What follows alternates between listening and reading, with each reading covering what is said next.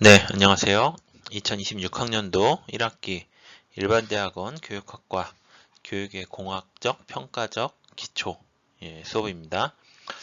네, 이제 뭐 우리 수업도 이제 거의 막바지에 다다랐습니다. 그렇죠? 예. 이렇게 동영상으로 진행을 하다 보니까 참 많은 내용을 다루고 있는 것 같아요. 그래서 여러 선생님들이 꼭 동영상을 한 두 번, 세 번, 뭐 잘 아시는 부분은 뭐 한 번만 보고 가셔도 괜찮지만 조금 내용이 뭐 생소하다던가 아니면 한 번에 잘 이해가 잘 되지 않는다. 예, 그런 부분은 두 번, 세 번 꼭 이렇게 반복해서 학습을 하시기를 바라겠습니다. 그런 의미로 제가 이 동영상을 사실은 좀 미리미리 올려드리는 거고요. 여러분들이 최대한 우리 수업에서 선생님들의 여러 제가 뭐 편의도 봐드리고 그런 차원에서 이 동영상을 많이 활용하는 것도 있지만 우리가 이런 온라인 강의의 어떤 큰 장점 중에 하나가 반복해서 뭐 특히 이제 본인이 잘 모르는 부분, 잘 이해가 잘 되지 않았던 부분, 그 부분만 또 이렇게 집중적으로 이렇게 보실 수가 있죠. 예, 그렇기 때문에 여러 선생님들께서 각자 어떤 학습 진도에 따라서 그런 부분들을 잘 조절을 해서 이 온라인 강의를 잘 이용을 하셨으면 하는 바람입니다. 네, 우리가 오늘은 교차 분석과 상관 분석에 대해서 내용을 이제 진행을 할 건데요. 뭐 내용이 이렇게 많지는 않습니다. 그리고 교차 분석이나 상관 분석이 앞에 배웠던 뭐 t-테스트나 분선 분석에 비해서는 조금 내용이 심플하다고 볼 수 있을 것 같아요. 예, 그래서 뭐 슬라이드도 많지 않고 하니까 조금은 가볍게 들으실 수 있을 것 같다. 하지만 뭐 그렇다고 해서 오늘 배우는 내용이 뭐 중요도가 떨어진다. 예, 뭐 그런 내용은 아닙니다. 특히 상관 분석 같은 경우에는 그 자체로도 많은 의미가 있지만 여러 선생님들께서 논문을 보시다 보면은 본격적인 연구를 하기 전에 변수들 간의 어떤 관계를 보기 위해서 우리가 상관 분석을 많이 보게 됩니다. 그렇기 때문에 이 상관 분석에 대한 내용도 착실하게 잘 다진 다음에 넘어가셔야 그 후에 더 복잡하고 더 어드밴스된 모형에 대해서도 충분히 공부를 하시고 이해를 하실 수가 있다. 네, 이렇게 말씀을 드릴 수가 있습니다. 네, 오늘 강의 시작하도록 하겠습니다. 네, 우리가 오늘 학습할 내용은 교차 분석 그리고 이제 상관관계를 보는 뭐 상관 분석 이렇게 학습을 한다고 말씀을 드렸습니다. 그렇죠? 예. 지금 보시는 페이지는 여러분들이 그 전에도 몇 번 보셨던 내용들인데 오늘 학습할 내용이 어디에 위치한 내용들인지 우리가 이 전체적으로 통계의 어떤 큰 그림으로 봤을 때 어디에 위치한 내용인지를 다시 한번 살펴보기 위해서 이 내용을 다시 한번 살펴보면은 자, 제가 뭐 몇 번 강조를 드렸죠. 여러분들 그 척도 네 가지 척도가 있다고 말씀을 드렸고 다시 한번 우리가 기억을 떠올려 보면은 처음에 명목 척도, 그렇죠? 두 번째 서열 척도, 세 번째 등간 척도, 네 번째 비율 척도.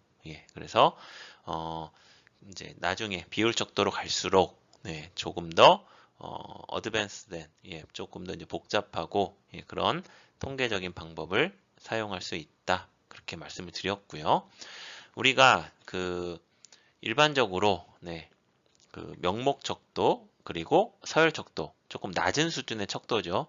그 두 개의 척도를 이용한 자료들을 우리가 이렇게 범주형 자료라고 일반적으로 말을 하고요. 그리고 등간 척도나 비율 척도 조금 높은 고수준의 척도인 경우에는 연속형 자료, 그렇죠? 네, continuous data 또는 뭐 continuous variable 연속형 변수 뭐 이렇게 표현을 하기도 하고요.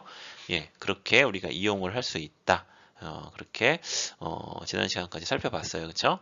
그래서 자 독립 변수와 이제 종속 변수가 있을 때 둘 다 독립 변수도 범주형 자료고, 그렇죠?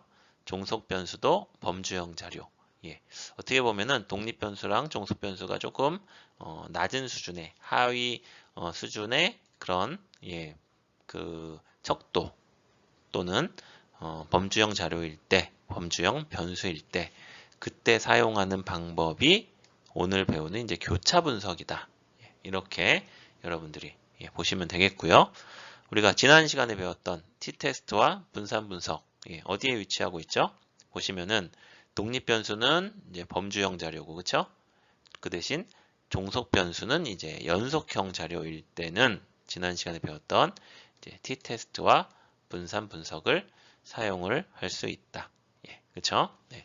그리고 우리가 오늘 또 배우는 상관관계 같은 경우는 독립 변수도 이제 연속형 자료이고, 그쵸? 그리고 종속 변수도 연속형 자료일 때 상관관계 볼 수 있다. 그리고 우리가 다음 시간에는 뭐 간단하게 회귀 분석 이런 거 볼 텐데, 마찬가지로 독립 변수와 종속 변수가 모두 이제 연속형 자료, 뭐 척도로 얘기를 한다면 등간 척도나 비율 척도 수준이 될 때 우리가 상관관계 분석이나 회귀 분석을 이용을 할 수 있다. 그렇게 여러분들이 이해를 하시면 되겠고요. 그래서 오늘은 어떻게 보면은 가장 낮은 수준의 우리가 통계적인 분석을 할 때 가장 그 데이터 자료의 수준이 범주형 자료, 독립 변수와 종속 변수가 모두 그 범주형 자료일 때 할 수 있는 교차 분석 내용을 배우고요. 그 뒤에서는 이제 둘 다 연속형 자료일 때 독립 변수와 종속 변수가 모두 연속형 자료일 때 할 수 있는 방법 중에 한 가지, 그 방법인 상관관계 분석, 이렇게 두 가지 내용을 배우겠다. 여러분들이 우리가 하고 있는 내용들이 어디에 위치를 하고 있는지 이런 것들을 잘 기억을 하시면 되겠습니다. 네, 이번 페이지도 마찬가지로 어떻게 보면 좀 복습 겸 우리가 배우고 있는 지금 내용들이 어디에 위치하고 있는지를 또 살펴볼 수 있는 내용인데요. 지금 보시는 것처럼 이제 분석 방법에 오늘 배울 이제 교차 분석이 있고요. 지난 시간에 배웠던 뭐 t-테스트 그리고 분산 분석 내용이 있고, 또 오늘 이제 뒷부분에서 배울 상관관계 분석, 다음 시간에 배울 회귀 분석 이렇게 있습니다. 그래서 앞서 살펴본 것처럼 이제 독립 변수와 종속 변수의 그 어떤 자료의 수준이 어떤 수준인지, 그렇죠? 뭐 다시 한번 복습의 의미에서 보면은 교차 분석 같은 경우는 이제 둘 다 범주형 자료, 그리고 지난 시간에 배웠던 t-테스트와 분산 분석은 이제 독립 변수는 범주형 자료, 그리고 종속 변수는 연속형 자료일 때 사용할 수 있다 그랬고요.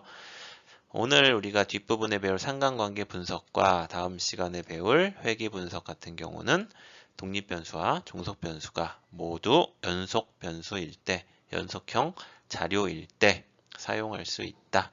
이렇게 말씀을 드렸습니다. 그래서 우리가 또 가설 설정하는 내용을 배웠었죠. 보시면은 뭐 지난 시간에 했던 거 다시 한번 복습을 해볼까요? 이 t-테스트와 분산 분석 보시면은 영가설, 그렇죠? 뭐 귀무가설 또는 영가설이라고 하는 부분에서는 이제 독립 변수에 따라 종속 변수는 차이가 없다, 그렇죠? 뭐 똑같죠? 지금 t-테스트랑 그 분산 분석, 집단간 비교를 하는 그런 내용들 똑같고요. 대립가설 같은 경우도 마찬가지죠. 독립 변수에 따라 종속 변수는 이제 차이가 있다. 분산 분석에서도 마찬가지고요. 그렇죠? 오늘 배울 교차 분석도 뭐 이 가설 설정의 형태는 비슷하다고 보시면 돼요. 그래서 영가설에서는 독립 변수에 따라 종속 변수가 이제 차이가 없다. 그렇죠? 네. 두 번째, 대립가설에서는 독립 변수에 따라 종속 변수가 차이가 있다. 그렇죠? 네. 그래서 기무가설 또는 영가설, 다음에 대립가설 설정하는 방식은 거의 비슷하다고 보시면 되겠고요. 이제 상관관계 분석 같은 경우는 조금 뭐 달라요. 형태가 조금 다르긴 한데 뭐 전체적으로 큰 차이가 있는 건 아니고요. 영가설에서는 이제 독립 변수와 종속 변수가 상관관계가 없다. 그렇죠? 이렇게 기술을 할 수가 있고, 대립가설에서는 독립 변수와 종속 변수가 상관관계가 있다. 그렇죠? 네, 이렇게 할 수 있다. 그래서 이제 검정 통계량, 검정 통계량이라는 것은 어떤 의미였죠? 우리가 이렇게 가설을 설정을 한 다음에 지금 우리가 하고 있는 내용들이 통계적으로 크게 봤을 때는 이제 추리 통계에 들어간다고 했어요. 그쵸? 우리가 통계 첫 시간에는 이제 기술 통계, 뭐 평균이니, 그쵸? 뭐 분산이니, 표준 편차, 뭐 이런 것 내용 배웠던 이제 기술 통계. 어떤 자료가 갖고 있는 그 속성을 그대로 이렇게 기술 보여주는 예, 그런 형태의 통계라고 한다면 추리 통계는 뭐였어요? 추리 통계는 우리가 연구자가 관심 있는 모집단 전체, 그렇죠? 연구 대상 그 전체를 다 우리가 조사하고, 그렇죠? 뭐 실험할 수 없기 때문에 그 연구 대상을 이제 그 모집단을 대표할 수 있는 일부 표본, 그렇죠? 우리가 샘플링 한다 그러죠? 표본을 추출해서 그 표본을 대상으로 조사를 한 다음에 그 결과를 우리가 모집단으로 이제 다시 투영을 한다 그러죠. 그렇죠? 예, 그래서 그 과정에서 우리가 통계적인 방법을 써서 예, 그 표본을 이용한 표본을 이용을 해서 우리가 연구를 진행했을 땐 이렇게 결과가 나왔는데 과연 이 결과를 이제 모집단 연구자가 정말 궁극적으로 관심이 있는 대상은 그 모집단이에요. 그렇죠? 표본이 아니라. 그래서 그 모집단에 과연 그렇게 똑같이 적용할 수 있는지 없는지를 검정을 하는 것을 우리가 그때 이용하는 통계량을 검정 통계량이다. 그렇게 말씀을 드렸어요. 그렇죠? 그래서 우리가 t-테스트에서는 이제 t값, t-value 그리고 분산 분석에서는 이제 f값 두 개를 이용을 했고 그리고 통계적으로 봤을 때는 이 t값을 이제 그 보여줄 수 있는 t분포, 스튜던트 t분포 뭐 이런 게 있다고 말씀을 드렸었고요. f값 같은 경우도 이제 f분포 통계책의 그 뒷부분에 부록으로 많이 나와 있다고 말씀을 드렸습니다.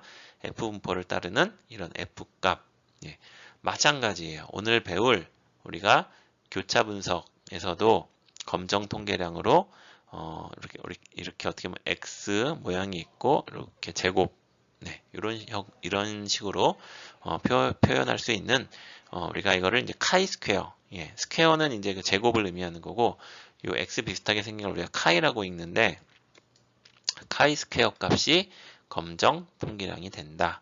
네, 그리고 뒤에 배우는 이제 상관에서는 이제 로우 값이라고 하는 예, 이런 것이 검정 통계량이 된다. 네, 그리고 그것이 과연 그 통계적인 값이 과연 유의하냐, 통계적으로 유의하냐, 유의하지 않느냐는 예, 결국에는 그 모든 예, 분석에서 다 그 P값, 예, 우리가 P값이 기본적으로 그 연구를 진행할 때 초반에 유의 수준이라 그래서 예, 알파 값을 이렇게 설정을 한다 그랬어요. 그렇죠? 예, 알파는 보통 뭐 0.05 정도로 많이 설정을 하는데 우리가 P값, P-value라고 하는 P값이 이 0.05보다 뭐 크냐 작나를 갖고 예, 통계적으로 유의하냐, 유의하지 않냐를 그 판단을 할 수 있다. 예, 그렇게 말씀을 드렸습니다.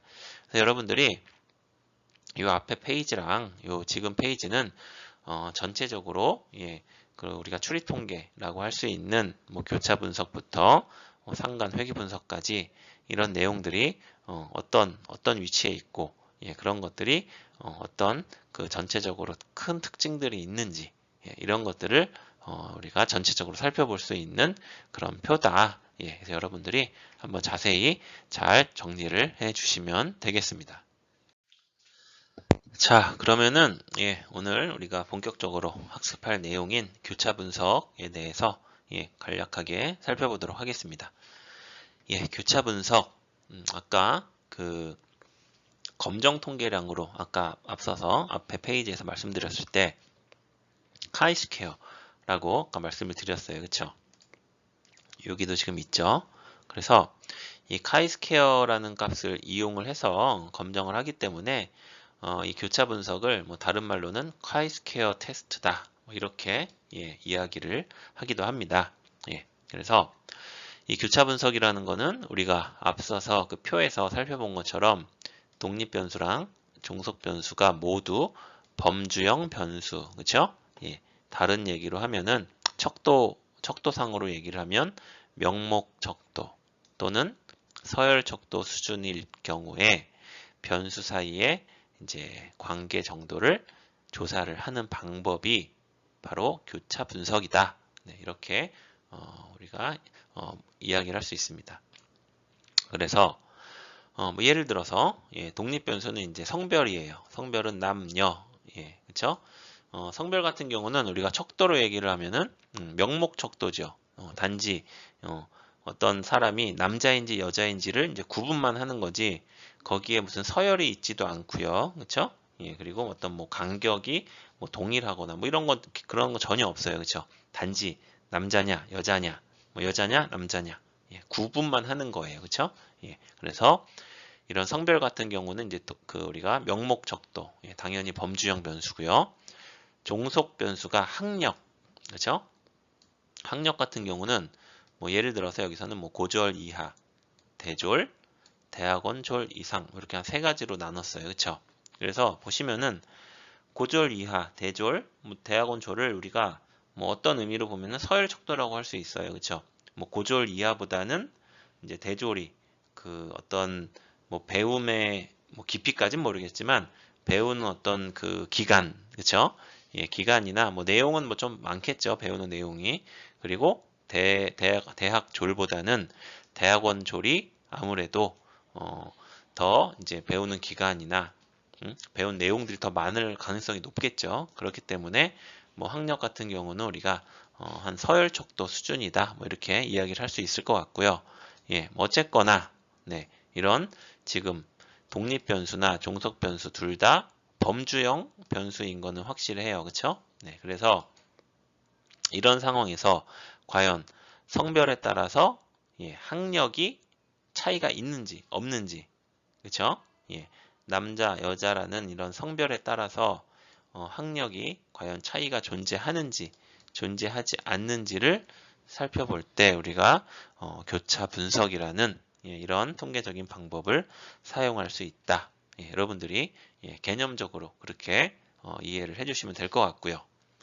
자, 교차 분석의 원리, 원리를 뭐 간단하게 여기 적어놨는데 교차 분석에서는 이제 빈도, 그렇죠? 뭐 몇 명 있는지, 그렇죠? 그리고 백분율, 전체 중에 몇 퍼센트인지 이런 것들을 빈도 및 이제 백분율의 분포가 독립 변수의 범주에 따라서 통계적으로 유의미한 차이가 있는지를 검증하기 위해서 아까 앞서 말씀드린 것처럼 이 카이 제곱 검증을 실행을 한다. 우리가 빈도, 그러니까 교차 분석이라는 거는 결국에 그 인원들, 독립 변수, 그 종속 변수가 있을 때 그 인원들, 샘플의 어떤 숫자, 인원들이 각각의 이제 예를 들어서 우리가 뒤에 표에도 나와 있지만 지금 이 상황을 이렇게 그림으로 예를 들어 표로 나타내면은 뭐 이런 식으로 나타낼 수 있겠죠, 그렇죠? 예를 들어서 여기가 그렇죠? 남자 이렇게 적고 여기가 네, 남녀가 있어요, 그렇죠? 그리고 이제 이렇게 세 개 나눌 수 있죠. 여기 뭐 고졸 이하, 그렇죠? 두 번째 대졸, 여기 대학원 졸. 그러면은 우리가 뭐 요 각각의 요 뭐 네모라고 할까요? 이거를 하나의 셀이라고 하면은 셀이 지금 한 개, 두 개, 세 개, 네 개, 다섯 개, 여섯 개. 그렇죠? 지금 요 예제로 든 요 상황에서는 성별 남자 여자 두 개가 있을 수 있고요. 종속 변수는 이제 학력이 있는데 여기서는 고졸 이하, 대졸, 대학원 졸 이상 이렇게 세 개로 크게 구분을 했잖아요. 그렇죠? 그렇기 때문에 전체적으로 이렇게 6개의 셀이 나올 수가 있어요. 그렇죠? 뭐 네모 칸이 6개가 나올 수 있는 거죠. 그래서 각각의 경우에 이런 그 셀에 몇 명이 여기에 들어가는지, 그렇죠? 이걸 우리가 이제 빈도라고 볼 수 있죠. 몇 명이 들어가는지. 그리고 전체 중에서 몇 퍼센트가 각각의 셀에 들어가는지. 이거는 우리가 백분율이라고 볼 수가 있어요. 그렇죠? 그래서 이 교차 분석이라는 거는 빈도 및 백분율의 분포가 독립 변수의 범주에 따라서 통계적으로 유의미한 차이가 있는지를 검증을 하는 그런 어떤 방법이고요. 뭐 다시 한번 말씀드리지만 카이 제곱 이것을 이용을 해서 검증을 한다. 여러분들이 뭐 개념적으로 그렇게 이해를 해주시면 되겠습니다. 그래서 예를 들면은 만약에 우리가 가설을 설정을 한다 그러면은 처음에 영가설 또는 뭐 그 귀무가설이라고 할 수 있죠. 성별과 학력은 아무런 관계가 없다. 그렇죠? 예, 이렇게 설정을 할 수가 있어요. 반면에 대립가설은 성별과 학력은 관계가 있다. 그렇죠? 예, 이렇게 가설을 설정할 수 있고 카이-스퀘어 검정, 네, 카이-스퀘어 검정은 동질성의 가설을 이제 검정하는데 이용을 할 수가 있다. 예, 여기서는 이제 그 각각의 경우에 얼마나 동질한가, 예, 그 여부를 이용을 해서 이런 가설을 검정을 한다. 예, 그렇게 여러분들이 이해를 해주시면 되겠습니다. 네, 우리가 교차 분석에서 이제 뭐 독립성 검정, 예, 우리가 앞 페이지에서는 이제 동질성 검정, 뭐 동질성 얘기를 했는데, 뭐 약간은 다르긴 하는데 전체적인 큰 맥락은 뭐 같다고 유사하다고 보셔도 될 것 같아요. 그래서 독립성은 우리가 예를 들어서 뭐 가설을 설정을 할 때, 뭐 독립 변수랑 종속 변수가 뭐 관계가 없다, 그렇죠? 대립 가설은 뭐 관계가 있다, 예, 이런 식으로 만약에 그 가설을 설정할 수 있다면 동질성 검정이라고 하면은 거기서는 이제 어떤 분포, 독립 변수와 이제 종속 변수 간의 어떤 분포에 뭐 차이가 있다 없다, 예, 이런 이야기를 할 수가 있습니다. 그래서 여기서는 뭐 그렇게 자세한 얘기를 제가 드리진 않을 거고요. 독립성 그 검정, 예, 내용을 한번 살펴보시면은 지금 우리가 앞서서 그 범주형 자료들, 독립 변수와 종속 변수가 범주형 자료일 때 과연 그 차이가 있는지 없는지, 그렇죠? 예, 그것을 볼 때 카이 스퀘어, 예, 카이 제곱 검정을 이용을 한다고, 예, 우리가 말씀을 드렸어요. 그래서 이 카이 제곱 검정을 이제 어떤 원리로 하는지, 예, 그 내용을 여기서 간단하게 말씀을 드리려고 해요. 예, 보시면은 영가설이 만약에 사실이라면, 그렇죠? 영가설이 사실이라는 거는 독립 변수랑 그 독립 변수에 따른 그 종속 변수가 이제 차이가 거의 없다는 거죠. 그렇죠? 예. 그 얘기는 관찰 빈도와 기대 빈도가 대부분 비슷할 것으로 예측할 수 있다. 만약에 대부분의 셀에서 관찰 빈도와 기대 빈도가 상당한 차이를 보이면 대립 가설을 채택을 한다. 자, 이게 어떤 얘기냐면은 그 여러분들 아까 앞서서 봤던, 네, 그 표, 네, 제가 그렸던, 예, 그 셀 있는 표 있죠? 그게 지금 이 내용이에요. 그렇죠? 그래서 지금 남자, 여자 있고 고졸 이하, 대졸, 대학원 졸 이상 이렇게 지금 나눠 있고 셀이 지금 6개가 있는 거죠. 이렇게. 예, 이렇게 6개가 지금 있어요. 그렇죠? 예. 그래서 보시면은 지금 요 자료는 이 자료는 지금 몇 명이에요? 200명. 그렇죠? 남자 100명, 여자 100명. 예, 총 200명을 대상으로 해서 우리가 그 관찰 가능한 지금 데이터를 수집을 했더니 예를 들어 남자 고졸 이하가 26명. 그렇죠? 남자 대졸이 뭐 59명. 뭐 여자 대학원 졸 이상은 13명. 뭐 이런 식으로 지금 이것들은 우리가 수집한 데이터예요. 그렇죠? 우리가 갖고 있는, 우리가 눈으로 볼 수 있는. 그래서 각각의 이 내용은 우리가 요 관찰 빈도라고 하시면 돼요. 그렇죠? 관찰할 수 있는, 눈에 보이는, 예, 그런 내용들이고 여기 보시면 이제 기대 빈도라고 있어요. 그렇죠? 기대 빈도. 네. 기대 빈도는 이제 통계적으로 봤을 때 이게 각각의 셀에 어느 정도의 빈도, 어느 정도 숫자가 와야 되는지를 이제 기대, expectation, 예, 기대할 수 있는 그 내용이에요. 그래서 카이스퀘어는 결국에 관찰 빈도 마이너스 기대 빈도를 한 다음에 이제 제곱을 하는 거죠. 그것을 기대 빈도로 나눠주고 각각의 셀을 다 더해주는, 그렇죠? 예, 그 값이 카이스퀘어다. 예, 이렇게 여러분들이 개념적으로 이해를 하시면 되고요. 뭐 이걸 외우거나 하실 필요는 전혀 없습니다. 그냥 지금 이 페이지에서는 여러분들이 카이스퀘어라는 것이 좀 낯설 수 있기 때문에 이거는 어떻게 구하는 거지? 예, 우리가 앞서서 뭐 T분포, 그쵸? T테스트에서도 T분포, T값 구하는 거, 그리고 분산 분석에서도 F값 구하는 거를 제가 이렇게 간단하게 식으로 보여는 드렸어요. 그쵸? 근데 여러분들이 뭐 그거를 굳이, 예, 외우거나 하실 필요는 전혀 없다고 말씀을 드렸죠. 예, 요즘 뭐 통계 프로그램, 뭐 SPSS 같은 프로그램은 뭐 클릭 두세 번만 하면은 뭐 그냥 손쉽게 이 값들을 구해주기 때문에 여러분들이 뭐 직접 뭐 계산을 하거나 외우실 필요는 전혀 없고 어떤 원리적으로 봤을 때 이런 원리를 이용을 해서 카이스퀘어라는 값을 구하는구나.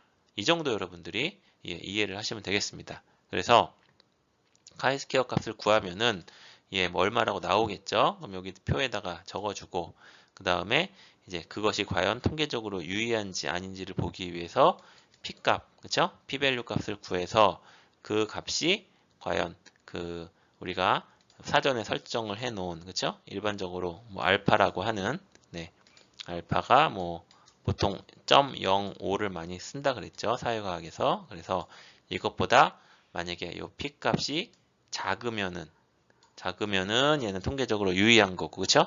그 얘기는 다시 얘기하면은 성별에 따라서 이 학력의 차이가 있다라고 해야 되는 거죠, 그쵸? 그리고 반대로 요 값이 P값이 요 유의 수준인 0.05보다 만약에 크다 그러면은 그때는 성별에 따라서 이 학력 수준의 차이가 없다, 그쵸? 차이가 있다고 말하기가 어려운 거죠, 통계적으로, 그쵸? 그래서 여러분들이 개념적으로 이렇게 이해를 하시면 되겠다. 말씀을 드리도록 하겠습니다. 네, 우리가 지금까지 교차 분석 또는 뭐 카이스퀘어 테스트라고 하는 내용들을 간단하게 개념 위주로 살펴봤고요. 지금부터는 이제 상관 분석.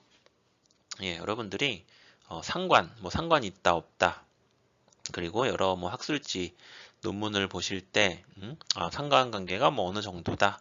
뭐 이런 내용들을 많이 보셨을 것 같아요. 그쵸? 그래서 이 상관 분석은 여러분들이 오히려 교차 분석보다도 더 조금은 익숙한 그런 내용이 아닐까 싶습니다. 그래서 이 상관 분석도 마찬가지로 여러분들이 어떤 그 개념적으로 어떤 의미가 있고 그리고 이것들을 우리가 연구해서 사용을 할 때 뭐 어떻게 내용들을 좀 주의해서 봐야 될지 그런 내용들 위주로 말씀을 드리도록 하겠습니다. 상관 분석, 영어로는 이제 correlation, correlation analysis라고 많이 이야기를 하고요. 목적은 두 집단 간의 직선적인 관계, 선형 관계가 존재하는지 여부를 데이터를 이용을 해서 파악하는 통계적인 방법이다. 결국에 이것도 마찬가지로 우리가 지금 하고 있는 모든 통계적인 내용들은 추리 통계라 그랬어요. 그렇죠? 추리 통계는 다시 말씀을 드리면은 우리가 그 표본, 샘플을 이용을 해서 어떤 관계를 본 다음에 그것들이 과연 모집단에도 과연 적용할 수 있는지, 그렇죠? 여부를 이제 판단하는 뭐 그런 내용들이라고 말씀을 드렸는데 상관 분석도 마찬가지예요. 그렇죠? 그래서 우리가 갖고 있는 데이터를 이용을 해서 그 데이터 만약에 뭐 100명, 그렇죠? 100명의 학생을 이용을 해서 어떤 관계, 그 변수들 간의 관계를 봤어요. 그렇죠? 근데 우리가 진짜 관심 있는 거는 뭐 예를 들어서 우리가 초등학교 학생들의 뭐 어떤 뭐 국어 성적 관심이 있어요. 그렇죠? 그러면은 우리의 진정한 관심은 이제 그 초등학교 학생들 전체, 우리나라의 그 학생들 전체의 국어 성적이지만 실질적으로 그걸 다 알기는 쉽지 않잖아요. 그렇죠? 그래서 뭐 한 100명의 학생을 이제 표본으로 샘플링을 해서 그 100명의 학생 국어 성적과 뭐 예를 들어서 뭐 공부 시간과의 관계, 상관이 얼마나 있는지, 공부 시간이 많은 학생들은 국어 점수가 높은지, 그렇죠? 그 상관이 얼마나 있는지 여부를 보고 싶어요. 그래서 그것들을 100명을 예를 들어서 그 상관을 본 다음에 그걸 통계적으로 봤을 때 과연 그것이 우리나라 전체 초등학생의 국어 성적, 그죠? 국어 성적과 공부 시간과의 관계를 이야기할 수 있는지, 통계적으로 그것이 유의한지 유의하지 않은지를 보는 것이 상관 분석이다. 이렇게 여러분들이 좀 심플하게 이해를 해주시면 될 것 같고요. 상관 분석에서는 그렇기 때문에 보시면은 관계의 유무, 그쵸? 첫 번째, 관계가 있는지 없는지, 예를 들어서 뭐 아까 예를 들었던 그 공부 시간과 국어 성적 간의 관계가 있는지 없는지 먼저 관심을 갖고 볼 수가 있고요. 만약에 관계가 있다고 하면은 그 관계의 강도가 얼마나 되는지, 그쵸? 예, 뭐 만약에 관계가 있다 그래도 정말 뭐 예를 들어서 공부 시간이 1시간 늘어날 때마다 뭐 국어 성적이 뭐 한 5점씩 올라간다. 예, 이렇게 아주 뭐 뭐라 그래야 될까요? 딱 정해져 있는 그런 관계가 있을 수도 있고, 아니면은 공부 시간이 늘어날수록 국어 성적이 오르긴 해요. 근데 뭐 공부 시간은 1시간씩 이렇게 동일하게 늘어나는데 어떤 때는 점수가 뭐 10점이 올라갈 때도 있고 어떨 때는 1점만 올라갈 때도 있고, 그쵸? 그 어떤 관계의 강도는 막 다를 수 있는 거죠. 강할 수도 있고 약할 수도 있고. 그렇기 때문에 이 상관 분석에서는 이제 크게 두 가지, 관계가 있는지 없는지, 거기다가 플러스 알파로 그 관계의 정도가, 강도가 어떤지, 그런 정보를 우리가 제공해 줄 수 있는 것이 바로 상관 분석이다. 예, 여러분들이 그렇게 이해를 해주시면 될 것 같고요. 자, 두 번째. 상관 분석의 이제 가설. 여기도 마찬가지로 이제 가설을 설정을 할 수 있습니다. 규모 가설 또는 영가설에서는 이제 아까 로, 로가 0. 요 로라는 게 상관관계를 나타내는 어떤 그릭 문자 표시라고, 약속이라고 보시면 되겠고요. 이렇게 구자, 숫자 9를 뭐 거꾸로 해놓은 그런 형태예요. 그래서 로가 0, 상관관계가 0이라는 거는 아무런 상관관계가 없다는 거예요. 그렇죠? 이거는 다른 얘기로 하면은 독립적이다. 서로 전혀 영향을 주고받는 게 없이 독립적이다. 이렇게 얘기를 할 수가 있습니다. 다음에 대립가설은 상관이 이제 0이 아니다예요. 그렇죠? 그러니까 상관 관계가, 상관 그 개수가 얼마인지는 정확히 몰라. 얼마인지는 정확히는 모르지만 어쨌든 0은 아니다라는 거예요.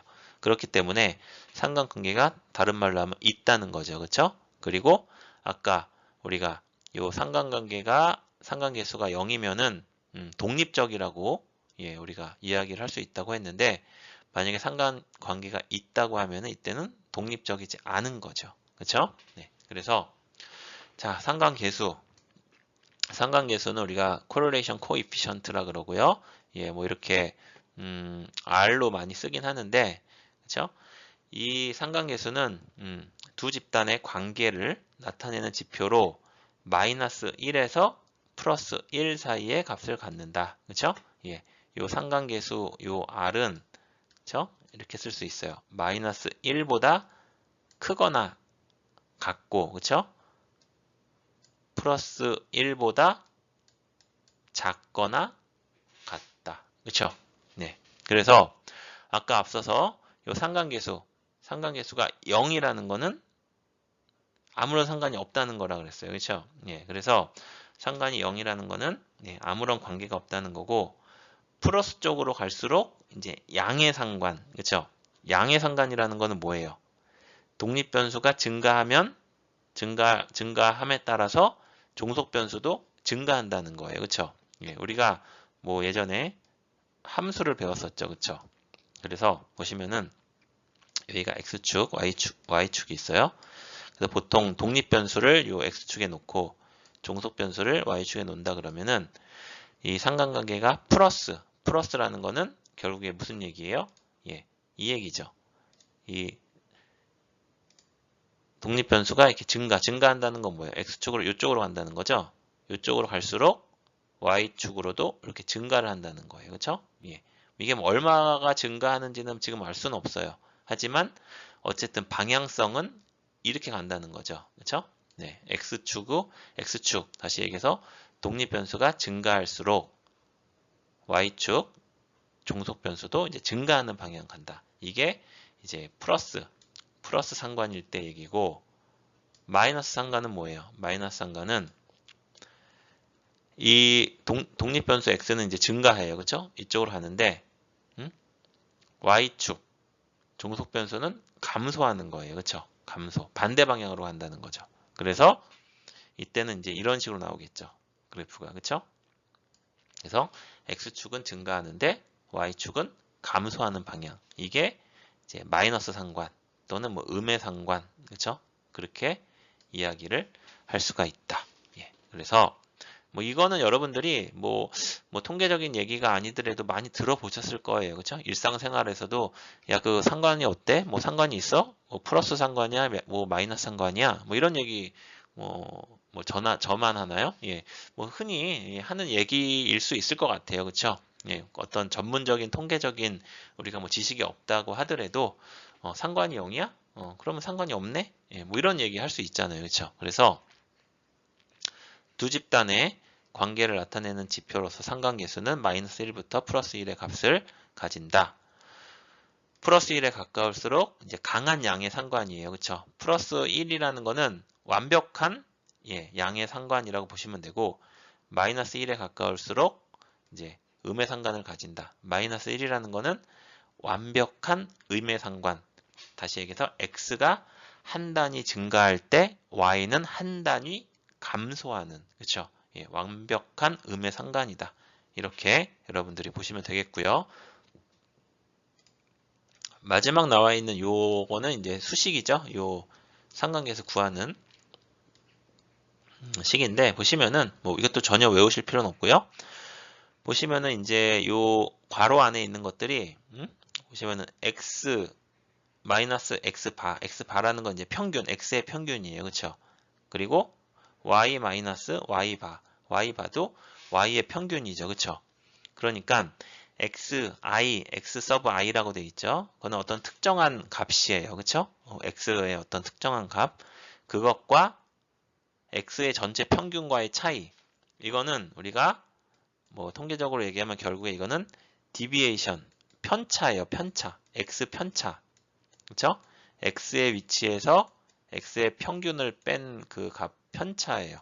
영어로는 deviation이라고 하고 결국에 x의 편차, 여기는 x의 편차죠. 여기는 y의 편차. 분자도 마찬가지예요. x의 편차, y의 편차. 예, 이 편차를 이용을 해서 결국에 그 관계를 보여주는 게 상관계수다. 예, 여러분들이 외우실 필요는 전혀 없고 상관계수를 구할 때는 우리가 그 x값과 x의 어떤 평균과의 차이, 그 편차, x의 편차 그것과 y값과 y의 평균의 차이, y의 편차, 그것들을 뭐 제곱하고 루트 씌우고 그렇게 해가지고 우리가 상관계수값을 구하는구나. 예, 이 정도 여러분들이 개념적으로 이해를 하시면 되고요. 예, 뭐 마찬가지로 SPSS를 비롯한 통계 패키지를 이용을 하시면 뭐 클릭 뭐 두세 번으로 쉽게 상관계수값을 구할 수 있기 때문에 여러분들이 전혀 뭐 외우거나 하실 필요는 없고 개념적으로 잘 이해를 해주시면 되겠다. 예, 이렇게 말씀을 드리도록 하겠습니다. 자, 그래서 우리가 지금 뭐 상관계수의 값에 따라서 그렇죠? 일단 상관계수의 그 뭐 범위, 상관계수가 가질 수 있는 그 범위는 앞서서 우리가 요 R이 상관계수라고 하면은 마이너스 1에서 뭐 1 사이라고 했죠. 플러스 1 사이. 네, 그래서 만약에 플러스 1이라면 완벽한 양의 상관, 그리고 마이너스 1이라면 완벽한 음의 상관, 이라고 말씀을 드렸고요. 상관 계수가 0이라는 거는 이제 서로 아무런 관계가 없다. 그렇죠? 다른 얘기로 독립적이다. 뭐 이렇게 볼 수 있다고 말씀을 드렸어요. 그렇죠? 그래서 그런 것들을 상관계수의 이제 값에 따라서 자료의 그런 어떤 분포, 자료의 모습이 어떤지를 뭐 여기에 보시는 그림에 나와 있는 예를 통해서 한번 살펴보도록 하겠습니다. 자, 일단 첫 번째 상관계수 값이 플러스 1이에요. 그렇죠? 완벽한 양의 상관이라 그랬어요. 그 얘기는 x가 한 단위 증가할 때마다 y가 증가하는 그 폭이 똑같아요. 그렇죠? 예를 들어서 뭐 x가 한 단위 증가할 때 y가 뭐 0.5씩 증가를 했어요. 그러면은 그 다음에 x가 또 한 단위 증가하면 y도 또 0.5 증가하고, 그쵸? 예. 그러니까 그 변화의 패턴이 완전 똑같은 거예요. 양의 방향으로. 그쵸? 네. 이런 경우에 우리가 완벽한, 여기 뭐 영어로는 perfect positive correlation 이렇게 나와 있죠. 그쵸? 예. 완벽한 양의 상관이다. 예. 근데 두 번째, 상관계수 값이 0.9예요. 뭐 이 플러스 1에 가깝긴 하지만은 그래도 완벽한 양의 상관은 아니에요. 여기 보시면은 요 점들의 요 어떤 모습들을 보시면은 X축으로 증가를, 그쵸? X축으로 이렇게 증가를 함에 따라서 전체적인 분포의 모습 자체는 X축으로 이렇게 증가를 함에 따라서 Y축으로도 이렇게 증가는 하고 있어요. 그쵸? 근데 보시면은 첫 번째 것과 이제 다르게 어떤 때는 조금 많이 증가하고 어떤 때는 조금 증가하고, 그쵸? 그 폭이 조금 다르죠. 예, 그래서 이 경우에는 이제 어, 양의 상관이 이제 높은 거예요. 그쵸? 그냥 완벽한 퍼펙트까지는 아니고 하이 파지티브 코릴레이션 뭐 이렇게 얘기를 할 수가 있다. 예, 나와 있고요. 세 번째 케이스는 이제 0.5, 0.5 정도 되면은 그냥 양의 상관이 그냥 어느 정도 있다. 뭐 이렇게 얘기를 할 수가 있어요. 그쵸? 그래서 여기서 영어로는 뭐 low, 좀 낮은 양의 상관이라고 나와 있고요. 보시면은 전체적인 분포의 모습이 뭐 이렇게 전체적으로 있죠. 그쵸? 예, 여기도 한번 이렇게 전체적으로 그 변화의 모습을 보면은 X축으로 이렇게 증가를 할 때마다 Y축으로 조금 증가를 하긴 해요. 그쵸? 증가를 하긴 하는데 어떤 경우에는 X축으로 증가를 했는데 자, 요 케이스를 볼까요, 우리가? 만약에 얘랑 요 두 점을 한번 볼게요. 보시면은 분명히 오른쪽으로 갔기 때문에 X축으로는 증가를 했어요. 그쵸? X축으로는 증가를 했는데 보시면은 요 두 번째 점이 더 밑에 있어요. 그 얘기는 Y 방향으로는 감소를 한 거예요. 그쵸? 예. 그래서 이런 케이스는 지금 음의 상관을 보여주고 있는 거예요. 요 두 개의 점만 가지고 이야기를 한다면. 하지만 이 전체 자료, 전체의 어떤 패턴을 보면은 약한 양의 상관을 갖고 있다 볼 수 있고, 우리가 앞서서 이 뭐 퍼펙트, 그쵸? 완벽한 양의 상관이나 높은 양의 상관에 비해서는 이렇게 조금 이상한 패턴을 보이는 애들도 몇 명 나오고 있는 거죠. 그쵸? 예, 그래서 뭐 예외는 있지만 그래도 전체적으로 봤을 때는 조금 낮지만 그래도 양의 상관의 모습을 보이고 있다. 예, 이렇게 우리가 이야기를 할 수가 있고요. 네 번째는 이제 상관계수 값이 0이에요. 그쵸? 예, 0이라는 거는 상관이 없어요. 보시면은 이 지금 자료 분포의 형태가 그냥 뭐 자기 멋대로예요. 예, 뭐 x가 증가하는데 y가 증가하는 애도 있지만 뭐 감소하는 애도 많고, 그쵸? 예, 변화의 폭도 뭐 자기 맘대로고, 예, 그래서 이렇게 그 분포의 모양이 제 멋대로인 이런 경우에 no correlation, correlation이 없다고 이야기할 수 있고, 이 오른쪽에 세 개인 거는 이제 세 개의 그래프는 이제 음의 상관 반대 방향이죠. 그렇죠? 아까 이 왼쪽에 있는 그래프들이 어떻게 보면은 뭐 이렇게 우상향이라고 해야 될까요? 그렇죠?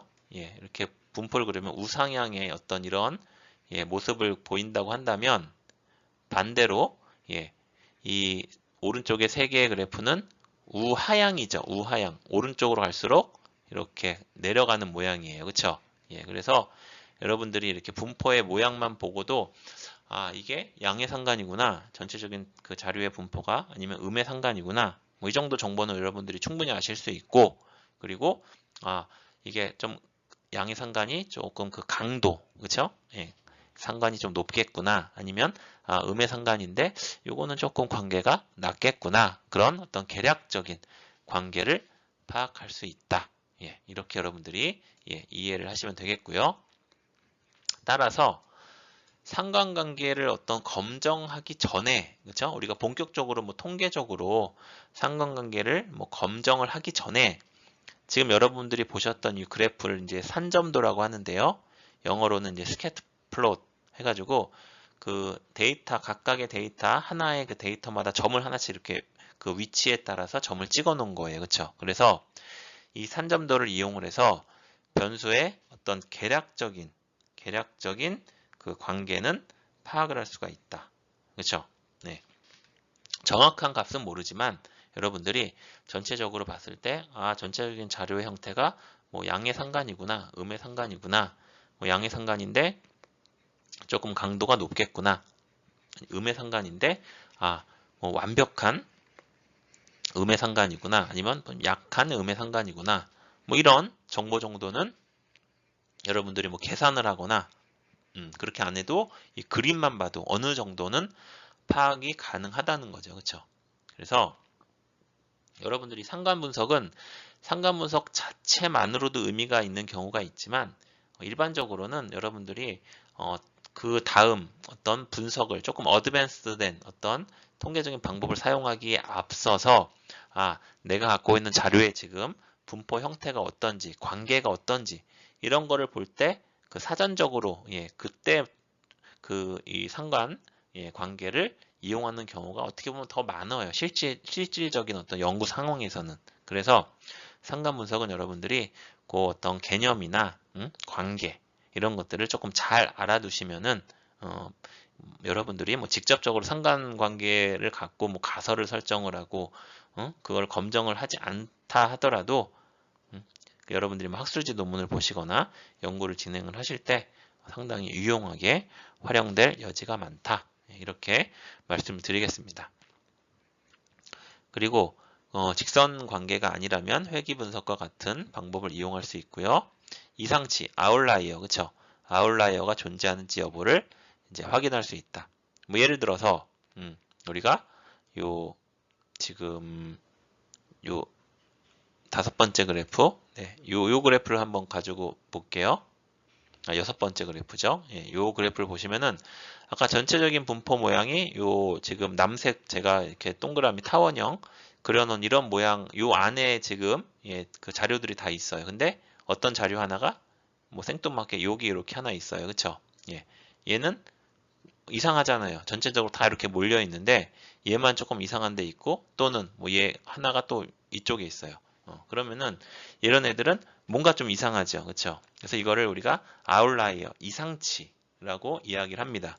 그래서 여러분들이 데이터 자료를 수집을 했을 때 이상치가 있는지 여부를 먼저 확인할 필요가 있어요. 그래서 이 이상치라는 게 정말 의미가 있어서 그 자체로 의미가 있는 건지 아니면은 뭐 자료 수집 과정에서 어떤 오류가 있다든지 그렇죠? 아니면은 뭐 그 코딩 과정에서 뭐 실수가 있었는지 뭐 그런 거를 여러분들이 체크를 할 필요가 있어요. 그래서 이런 상관 이런 산점도 스캐터 플롯을 이용을 해서 보시면은 여러분들이 이상치를 이 아웃라이어를 손쉽게 확인할 수 있다. 이 점도 여러분들이 기억을 해 주시면 되겠습니다. 네, 우리가 상관관계 이제 분석하는 간단한 예를 마지막으로 한번 살펴보도록 하겠습니다. 뭐 개념 앞서 살펴본 것처럼 두 연속형 변수 간의 이제 상관 정도를 파악을 하기 위해서 하는 거고요. 상관계수 범위는 마이너스 1에서 플러스 1 사이라고 말씀을 드렸죠. 그리고 주로 회귀 분석을 하기 전에 독립변수와 종속변수 간에 어떤 상관이 있는지 관계가 있는지 또 탐색적 목적으로 많이 사용을 한다. 이 상관분석 자체로도 의미가 있지만 아까 말씀드렸지만 이제 다른 분석을 할 때 하기에 앞서서 탐색적으로 사용을 하기도 한다. 여기 나와 있죠, 그렇죠? 상관 분석하는 이유라고 해서 뭐 회귀 분석을 하기 위해서 그리고 독립변수 간 상관관계가 낮음을 확인하기 위해서 뭐 이것 말고도 사실 뭐 많은 이유는 있는데 일반적으로 이런 어떤 탐색적인 성격으로 많이 한다 보시면 되겠고요. 자 보시면은 여기서 지금 이 상황은 독립변수 공부 시간과 지능 그쵸? 지능 지수에 따른 성적이 과연 어떻게 되는지 관계가 있는지 없는지를 보고 싶은 거예요. 그쵸? 그래서 공부 시간 그리고 그 지능 지수라는 거는 두 개는 지금 독립 변수예요. 그렇죠? 독립 변수고 종속 변수는 성적이라는 그 변수예요. 공부 시간, 지능 지수, 성적 다 연속형 변수죠. 그렇죠?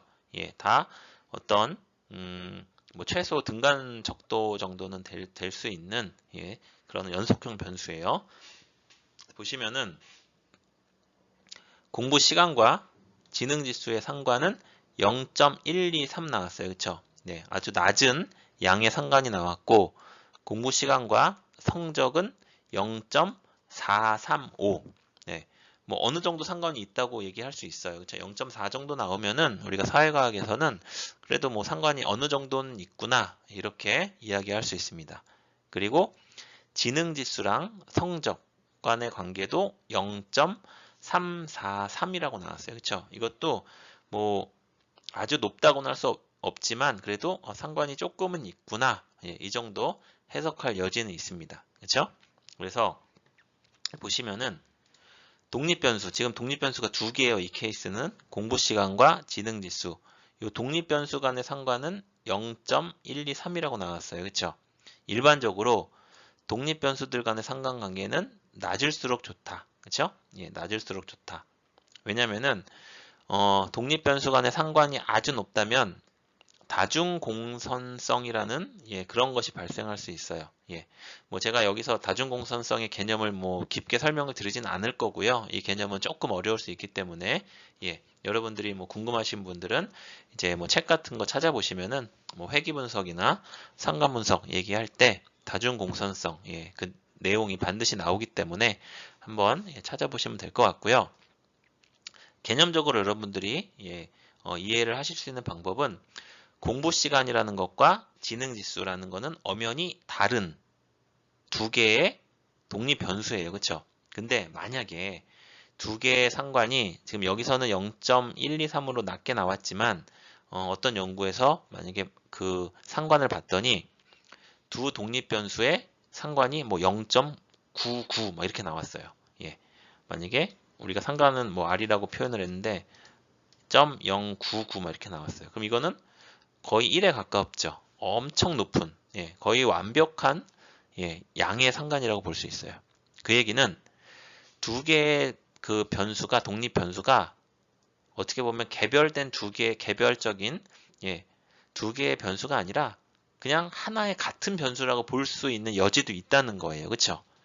상관이 0.9 이상 뭐 이렇게 높게 나온다는 거는 두 개의 독립 변수를 각각 별개의 개별적인 변수로 보기 좀 어렵다. 그렇게 우리가 판단을 할 수가 있어요. 그렇기 때문에 일반적으로는 독립 변수들 간의 상관은 낮게 나오는 것이 좋다. 이렇게 얘기를 할 수가 있고요. 반대로 독립 변수들 간의 상관이 너무 높게 나온다면 이거는 다중 공선성이라는 그런 문제를 발생을 할 수 있다. 야기할 수 있다. 그렇게 여러분들이 보시면 되겠습니다. 그리고 뭐 이 상황을 지금 뭐 가설 검정한 거죠. 그렇죠? 그래서 영가설에서는 공부 시간 또는 지능 지수와 성적 간에는 상관이 없다. 대립가설은 이 두 개의 독립 변수와 종속 변수인 성적 간에는 상관이 있다. 이렇게 설정을 할 수가 있고요. 그렇죠? 그리고 검정 통계량으로는 상관계수, 뭐 자료수를 고려를 해서 이제 유의 확률을 계산을 한 다음에 미리 설정해 놓은 유의 수준, 그렇죠? 보통 알파라고 많이 쓰는 일반적으로 0.05를 많이 쓴다고 했죠. 그것과 비교를 해서 그 관계가 통계적으로 유의가 있는지 없는지를 이제 판단을 한다. 그렇죠? 그래서 상관계수 요 숫자에 따라서 상관을 어떻게 볼 수 있느냐? 여기에 그냥 개략적인 설명이 있어요. 이거는 어떤 절대적인 기준은 아닙니다. 그리고 그 어떤 분야에 따라서도 달라요. 예를 들어서 자연과학에서 얘기하는 상관과 사회과학에서 얘기하는 상관은 엄연히 다릅니다. 예를 들어서 제가 아까 요 앞선 예에서 뭐 성적과 뭐 지능지수와 아까 성적, 그쵸? 여기서 만약에 그 상관 보면은 0.343 나왔어요. 그쵸?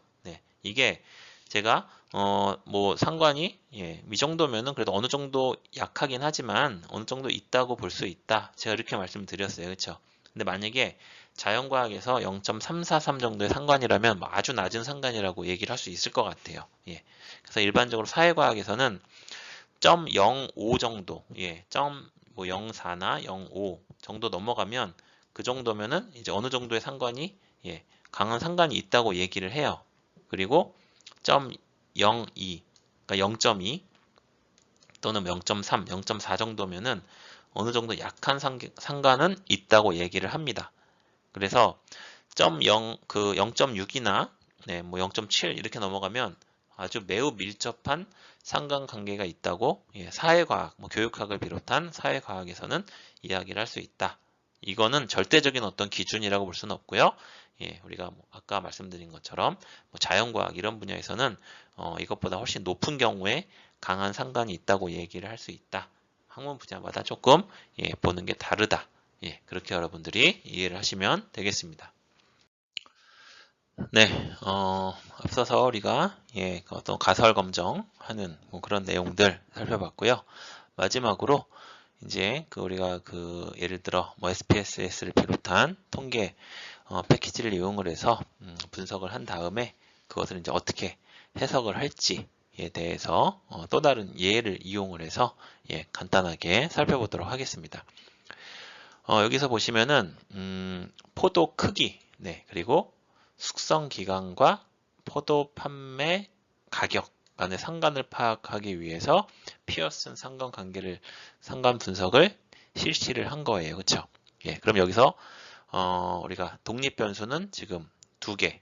그렇죠? 예, 포도 크기 그리고 숙성 기간이라는 독립 변수가 있고 포도 판매 가격이라는 이제 종속 변수가 있는 거죠. 예, 그래서 독립 변수 두 개, 그리고 종속 변수 한 개, 세 개의 변수를 갖고 상관 분석을 했어요. 그렇죠? 봤더니 모두 유의한 플러스 정의 상관관계를 보이고 있다. 그렇죠? 보시면은 종속 변수인 판매 가격과 포도 크기 그리고 숙성 기간, 독립 변수, 그러니까 종속 변수와 두 개의 독립 변수 간의 그 상관은 모두 플러스 예, 양의 상관을 보이고 있어요. 그렇죠? 그 얘기는 다시 얘기하면 이제 그 포도의 크기가 클수록 판매 가격이 높아지는 거고, 그렇죠? 숙성 기간이 길수록 판매 가격이 높아진다. 그렇죠? 예, 보시면은 포도 크기랑 이 판매 가격, 그렇죠? 보시면은 0.794라는 예, 상관이 나왔어요. 높은 상관이에요. 그렇죠? 그리고 자세히 보시면 위에 이렇게 별이 두 개 달려 있죠. 그렇죠? 이 별은 상관계수 0.01 수준에서 유의하다. 그렇죠? 예, 나와 있어요. 그러니까 상관관계 0.01보다 더 이제 p 값이 낮게 나왔다는 얘기예요. 그래서 우리가 흔히 뭐 이렇게 별이 많이 달리면 좋다. 뭐 이렇게 얘기를 하는데 어쨌든 794라는 예, 강한 양의 상관이 있고 두 번째 숙성 기간과 판매가 보시면 919라고 더 높은 양의 상관이 있어요. 그렇죠? 그래서 아까 말씀드린 것처럼 두 개의 독립 변수들은 종속 변수, 판매 가격이라는 종속 변수와 아주 높은 양의 상관을 가지고 있고 지금 이 표에서 보시면 별이 두 개 달려 있고 그렇죠? 상관계수, 요 관계 통계적으로도 유의한 어떤 관계가 있다. 이렇게 볼 수 있어요. 그렇죠? 반면에 독립 변수가 두 개가 있었어요. 포도 크기와 숙성 기간이라는 독립 변수가 있는데 두 개 상관이 0.512. 그렇죠? 여기 보시면은 0.512라고 이것도 좀 높게 나왔어요. 그렇죠? 그리고 별도 두 개 달려 있으니까 이거 값이 통계적으로 또 유의해요. 그렇죠? 그래서 아까 말씀드린 것처럼 일반적으로 독립 변수 간에는 상관이 낮게 나오는 게 좋은데 여기서 0.5가 넘는다는 거는 어느 정도 높은 상관이라고 볼 수 있어요. 그렇죠? 그래서 앞서 말씀드렸던 그 독립 변수 간의 상관이 높게 나오는 그런 다중 공선성, 그렇죠? 예.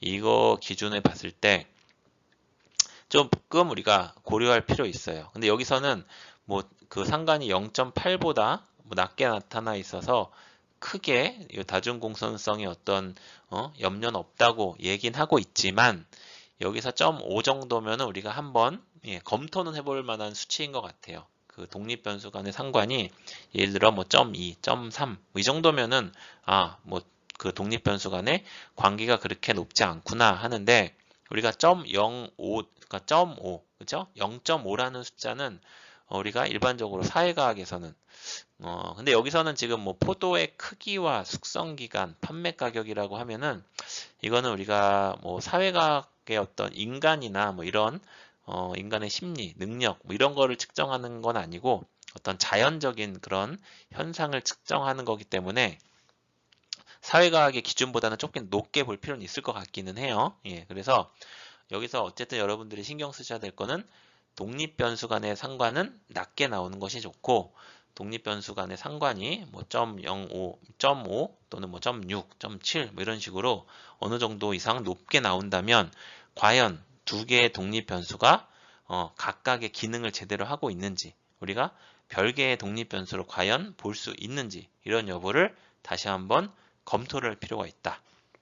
그래서 여러분들이 뒤에 나중에 배우실 회귀 그 분석에서도 이 다중 공선성, 이게 아주 중요하게 또 다뤄질 수 있습니다. 그렇기 때문에 이런 내용들을 여러분들이 개념적으로 잘 기억을 하시고 이해를 하셔야 또 다른 통계적인 방법을 쓰실 때 많이 활용할 수 있다.